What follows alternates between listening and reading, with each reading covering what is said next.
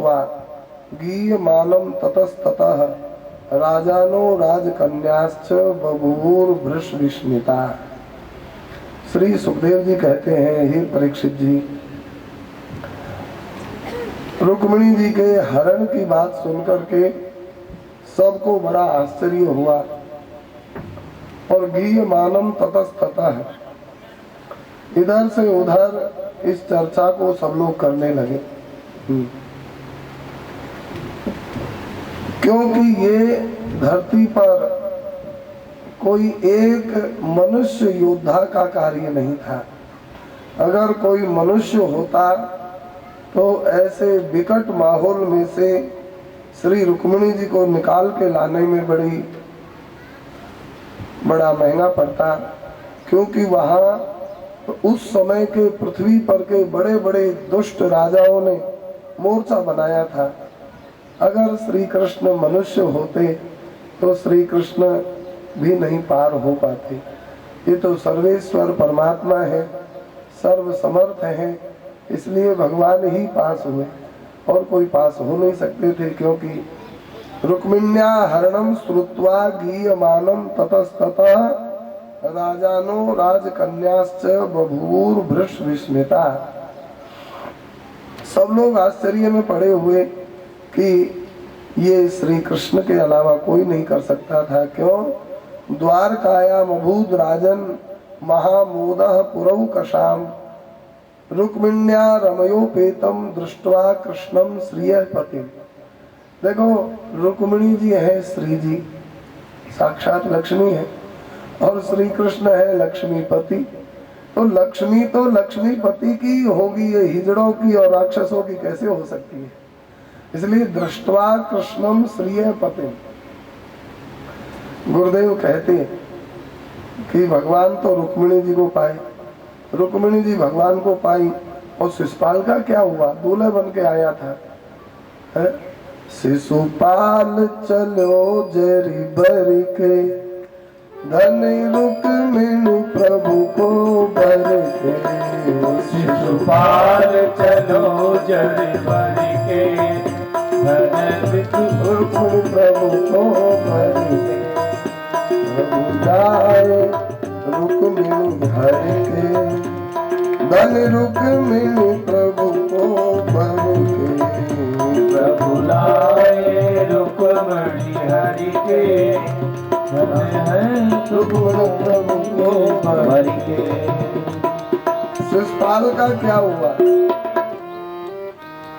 शिशुपाल जर बर के चला, बहुत दुखी हुआ था, और दुखी तो होना स्वाभाविक।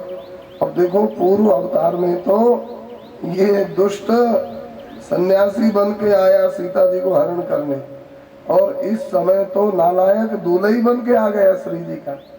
है? हद हो गई दुष्टता की भगवान ने, और इसको सबक सिखाया। दूल्हा बन के आया और कितना मनोरथ कर रहा था, रुक्मिणी पत्नी के रूप में मिलेंगी। देखो, श्री जी को चाहते तो सब हैं, लेकिन श्री जी किसको मिलती हैं? नारी के दो रूप होते हैं, पवित्र दो रूप होते हैं, और सब वैसे ही होते हैं।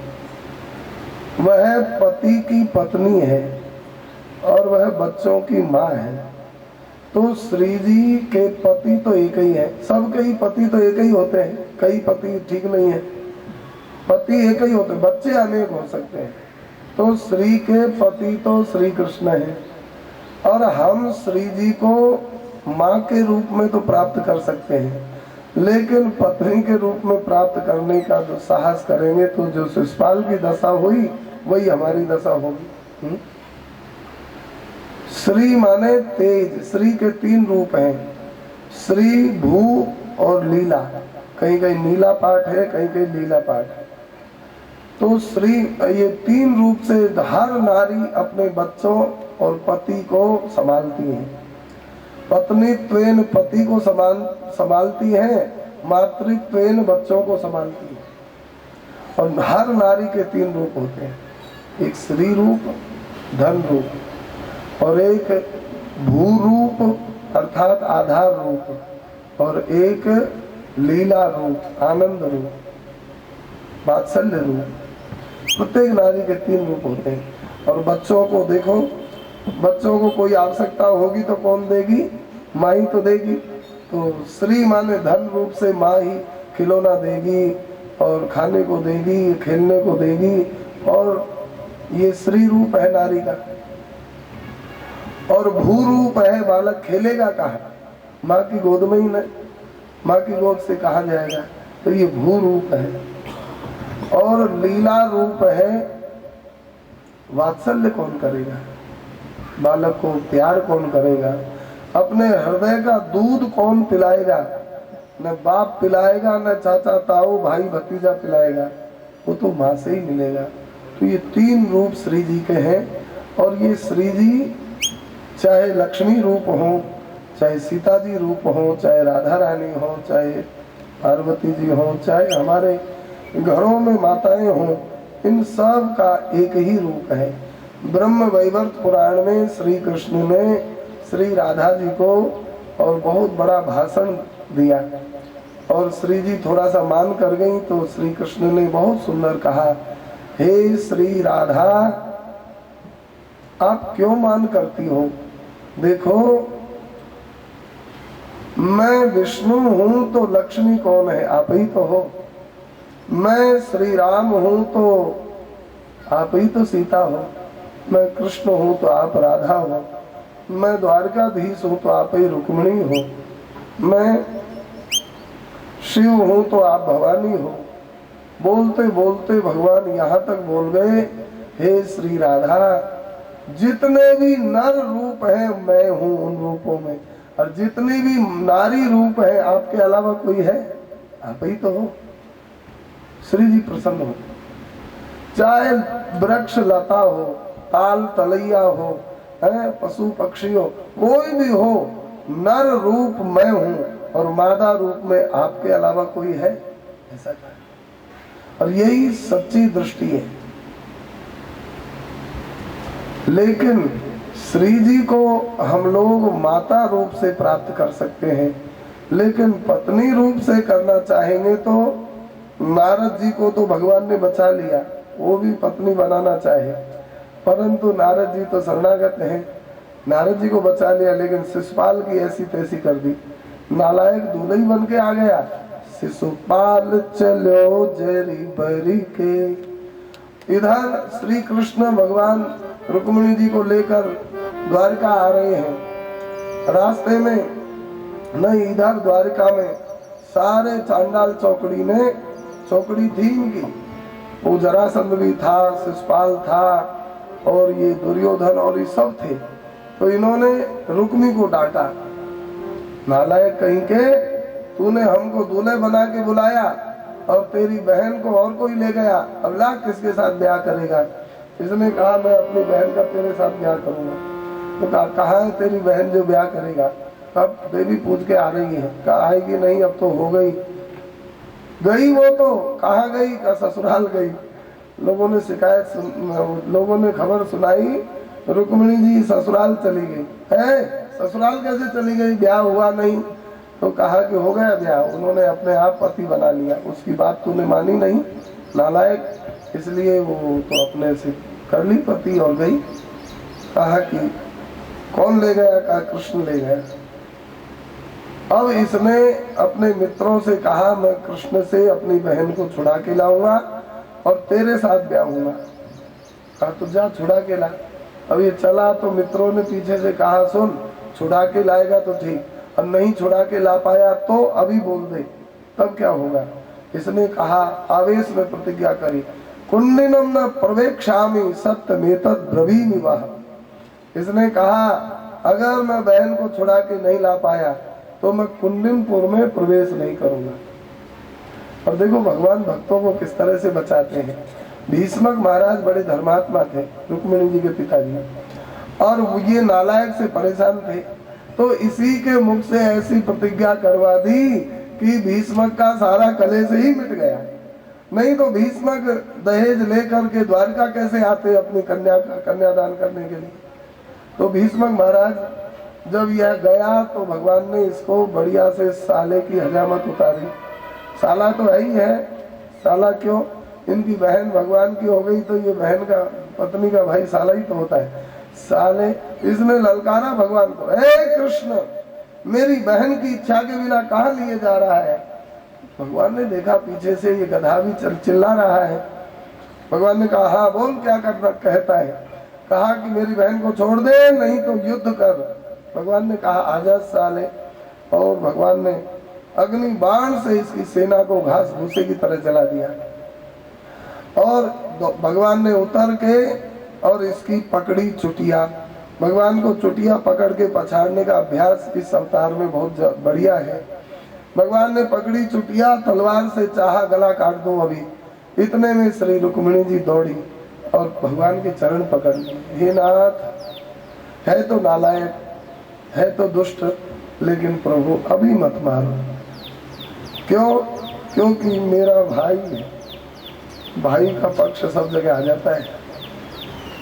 ये बहनें ससुराल में रहती हैं लेकिन पीहर का इतना ज्यादा आग्रह, कभी कभी दुराग्रह भी हो जाता है। भाई है मत मारो, रुक्मिणी जी ने कहा। भगवान ने कहा तो ये नालायक का नालायक है प्रभु, बाद में मार देना, इस समय मत मारो। क्यों? इस समय मेरे विवाह का प्रसंग है और इस समय मारोगे तो आज तक धरती पर ऐसी बहनें नहीं हुई जो अपने ब्याह में अपने भाई को मरवा दे। माँ का हृदय ममता का होता है और माँ के बाद में कहीं ममता का स्थान है तो बहन है। बहन का हमारा, हमने तो ऐसी कथा सुनी है, आप लोगों ने सुनी होगी जरूर, नहीं सुनी तो सुन लो। बहुत बड़ा आश्चर्य है, शास्त्रों में कहीं वर्णन होगा, लेकिन बहन का इतना बड़ा प्यार और इतना बड़ा त्याग। हमारे राजस्थान में एक प्रसिद्ध कथा है, आपने भर्तरी बाबा का नाम सुना होगा। भर्तरी हरि, कोई कोई भर्तरी बाबा कहते हैं। बड़े भारी योगीराज हो गए नाथ संप्रदाय के और महापुरुष रहे। उन्हीं के मामा थे गोपीचंद जी। भर्तरी गोपीचंद भर्तरी ये दोनों का जोड़ी है। तो गोपीचंद जी ऐसे महापुरुष थे कि बचपन में घर छोड़कर बाबा जी हो गए, सन्यासी हो गए, नाथ हो गए। तो इनकी बहन थी घर में और वो बहन तो भाई को मानती है, चाहती है, सब बहनें। तो जब वो भैया निकल गए घर छोड़कर, महात्मा हो गए, तो बहन को बड़ा कष्ट हुआ और बहन सदा व्याकुल रहती। अब बहन कहीं तीर्थ यात्रा में जाती, हरिद्वार, अयोध्या, वृंदावन, कहीं भी, तो वो संतों में जाती तो केवल अपने भाई को ही देखती। ये तो नहीं है, ये तो नहीं है। उसने सुन लिया था कि मेरा भाई लाल कपड़ा वाला बाबा जी बना है, तो जितने लाल कपड़ा उन्हीं को देखे, मुंह को देखे, नहीं ये नहीं है, ये नहीं, ऐसे ही छाटती रहे। गंगा नहावे नहीं, भाई को देखे, ममता है। नर बस नर। एक बार संयोग की बात कि वो गोपीचंद जी नाथ संप्रदाय के महात्मा हुए और वो भिक्षा के लिए वहीं चले गए, उसी गांव में। वो बहन का ब्याह हो गया था, लेकिन ब्याह के बाद में ये घर छोड़े, तब भी उनको ये था कि मेरा भाई घर आ जाए, उसका ब्याह हो जाए, उसके बच्चे हो जाए, ऐसा दुराग्रह था बहन का। तो अब वो संयोग की बात उनको याद नहीं रही, बहुत दिन हो गए थे बहन का ब्याह हुए, तो वो भिक्षा के लिए उसी गांव में चले गए, बहन के गांव में। और गांव में ही नहीं, घर पर, द्वार पर चले गए। ध्यान नहीं रहा, खूब बड़ा हो गए अब तो वहां बोले अलग निरंजन भिक्षाम देहि, ऐसे बोले, अलग जगाए। तो अलग जगाए तो भिक्षा लेकर आई, वो भी धर्मात्मा ही थी। वो चुटकी लेकर आटा की लाई, लो बाबा जी, जोगी बाबा लो भिक्षा। तो जोगी बाबा ने कहा अलग, और वो स्वर से पहचाने। उसको तो एक ही लक्ष्य था, मेरा भाई कौन है। अब ये अलग बाबा, लाल कपड़ा भी है और वो भिक्षा तो डाले नहीं, मुंह को देखे। ऐसी तो नाक थी, ऐसे ही रंग था, ऐसा ही ऐसा ही ऐसा ही, और एक दो चिन्ह भी दिखे आए, कोई चोट के ऐसे। बचपन में भाई बहन रहे थे, अब तो बड़े हो गए, तो अब वो पहचान गई, यही है मेरा भाई।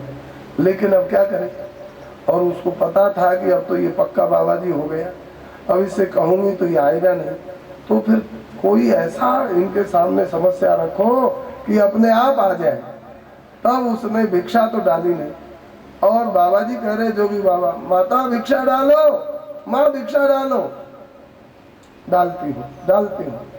और वो सोची भीतर भाग करके कटारी ले आओ, और इसके सामने कहूंगी तू मेरा भाई है, अब तू लौटता है कि बाबा जी भेष को छोड़ता है कि नहीं, नहीं तो मैं तेरे सामने मरूंगा, मैं तेरी बहन हूँ।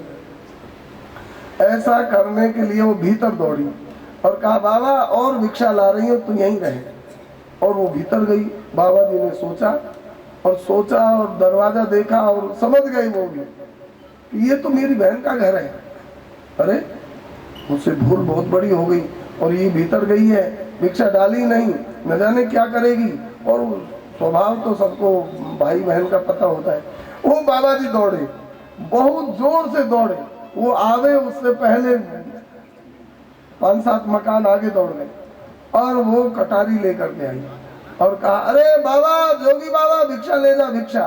पीछे मुड़कर देखे ही नहीं, भागे तो इतना जोर से भागे, भागते भागते वो बहन भी भागी। इतिहास कहता है कि वो बहन भी भागी, और भागते भागते भागते बहन नारी कितनी भागेगी, वहीं गिर पड़ी रास्ते में। और भाई नहीं आएगा, अब उसको निश्चय हो गया। उसके शरीर में विरह की आग लग गई, और विरह की आग से जल करके वह राख हो गई। ऐसा इतिहास है। अरे सतियों के चरण के अंगूठे से आग निकलती है योग अग्नि, यह तो सुना है, लेकिन भाई के विरह में बहन जल जाए, ऐसा भी इतिहास है। बताओ कैसी विचित्र लीला है। तो भाई माँ के बाद में ममता का स्थान कोई है तो वो बहन है।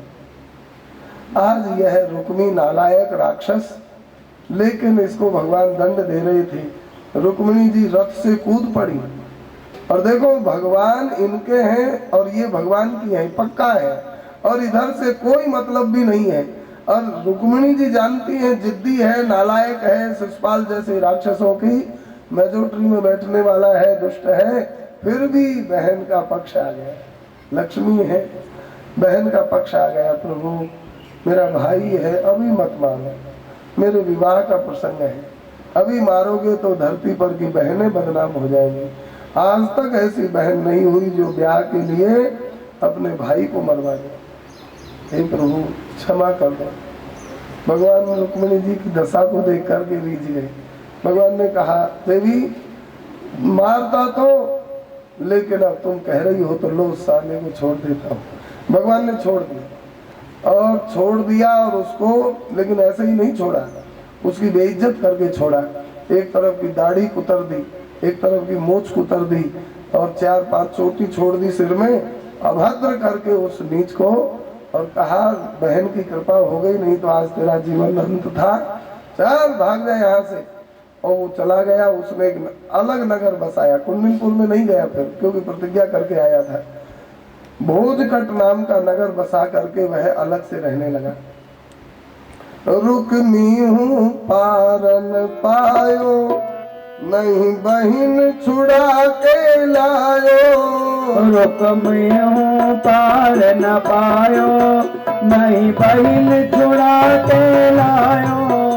एक न्यारो नगर बसायो, भयो भीष्मक को मन भायो। एक न्यारो नगर बसायो, भयो भीष्मक को मन भायो। और शिशुपाल चलो घर भर के, धन रुक्मिणी प्रभु को भर के। ओ शिशुपाल चलो घर भर के, धन रुक्मिणी प्रभु को भर के। शिशुपाल का क्या हुआ? और इधर श्री उग्रसेन महाराज ने सुना श्री कृष्ण अकेले कुंडनपुर गए हैं, और उनके विरोधी सब दल आए हैं, युद्ध होगा। बलदाव जी से कहा दाऊ तेरे प्राणम क्यों प्यारो कन्हैया अकेलो गए हुए, अब तुम भी जाओ द्वारका की यदुवंशियों की सेना लेकर, वहां युद्ध होगा, ऐसा शंका है। दाऊ जी हल मूसल लेकर के, बलभद्र भगवान चले द्वारका के यदुवंशियों की सेना लेकर दूसरे रास्ते से, और देखो भगवान आ रहे थे सीधे, और ये दुष्टों ने रुक्मी को भेजा भगवान के पीछे, और ये उसी रास्ते दूर रास्ते से भगवान को घेरने के लिए आ रहे थे, चार चौकड़ी। और कहा हम सब, रुक्मी तो नहीं जीत पाएगा, हम कृष्ण को घेर कर मारेंगे और रुक्मिणी जी को छुड़ाएंगे। और दूसरे रास्ते से आ रहे थे भगवान की लीला, उधर से बलराम जी आ रहे थे, और हो गई बलराम जी से सब दुष्टों की टक्कर। बलराम जी ने मार मार के सब दुष्टों को हल से खींचते और मूसल से पीस डालते, और यदुवंशी की बड़ी बलवती सेना है, नारायणी सेना, सारे दुष्ट मारे गए, जो भाग गए वही बचे। शिशुपाल भागा प्राण लेकर, जरासंध भी भागा, क्योंकि ये भीम दादा का शिकार है। शिशुपाल भगवान को आगे, भगवान उसका उद्धार करेंगे, और भाग गए, वो बच गए, खड़े रहे, उनका कचूमर निकला। भगवान श्री कृष्ण रुक्मिणी जी को द्वारिका ले आए। श्री बलराम जी ने कुंडिनपुर में जाकर पता लगाया कृष्ण कहाँ है। लोगों ने सूचना दी, महाराज कृष्ण तो रुक्मिणी जी को यहाँ से लेकर चले गए। कितनी दूर गए, कहा अभी गए हैं।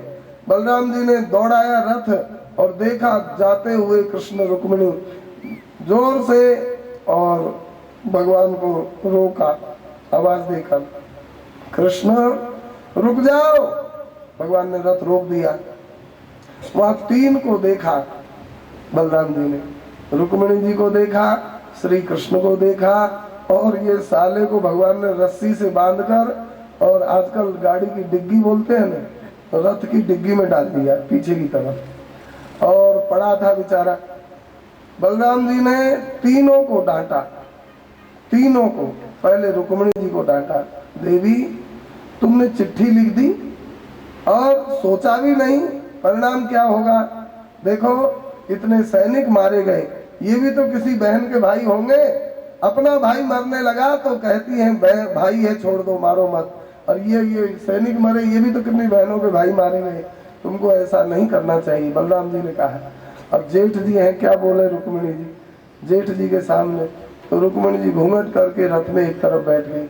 ये घूंघट बहुत अच्छी हमारी एक पद्धति थी कभी, आज नहीं रह गई। घूंघट से क्या लाभ रहता, घूंघट से बहुत लाभ रहते। घूंघट से एक तो सबसे बड़ा लाभ कि अगर कोई गलती हो जाए और कोई डांटे तो घूंघट करके खड़े हो जाओ, न तो मार सकता है और न ज्यादा कुछ बोल सकता है, बेचारा अपने आप शर्म के मारे और दूर चला जाएगा, चलो हो गई गलती। घूंघट से बहुत बड़ी दया आ जाती है, बेचारी है। घूंघट से एक लाभ है, एक दिल्ली की मैया बता रही थी, देखो जो बनियान पहनते हैं, बनियान सदा पहनते हैं, वो बनियान के जहाँ तक शरीर में, भुजा में, कंधे पर बनियान रहती है, उतनी चमड़ी गोरी होती है, चिन्ह बन जाते हैं, और फिर आगे काली हो जाती है चमड़ी। ऐसे ही पहले माताएं प्राय करके घूंघट करके रहती थी, उनका मुख तेजोमय होता था, दिव्य होता था। और आज कितने ही पाउडर और क्या क्या लगाते हैं, सब बंदरिया जैसे ही चेहरा होता है? क्योंकि घूंघट ही नहीं है। आजकल शहरों में घूंघट के बदले और कुछ करने लगे हैं, वो डकैत जैसे है ना, चोरिया माताएं, वो सारे शरीर पर कपड़ा लगा करके, ताकि वो लू से हमारा चेहरा काला न हो जाए। अरे मूर्खों, हमारे शास्त्रों के अनुसार अगर मर्यादा से रहें तो ये सब पाखंड करने की जरूरत ही नहीं है, परंतु शास्त्र मर्यादा तो चूल्हे में डाल दिए, और अब गोरा होना चाहते हैं, कैसे होंगे गोरे भाई?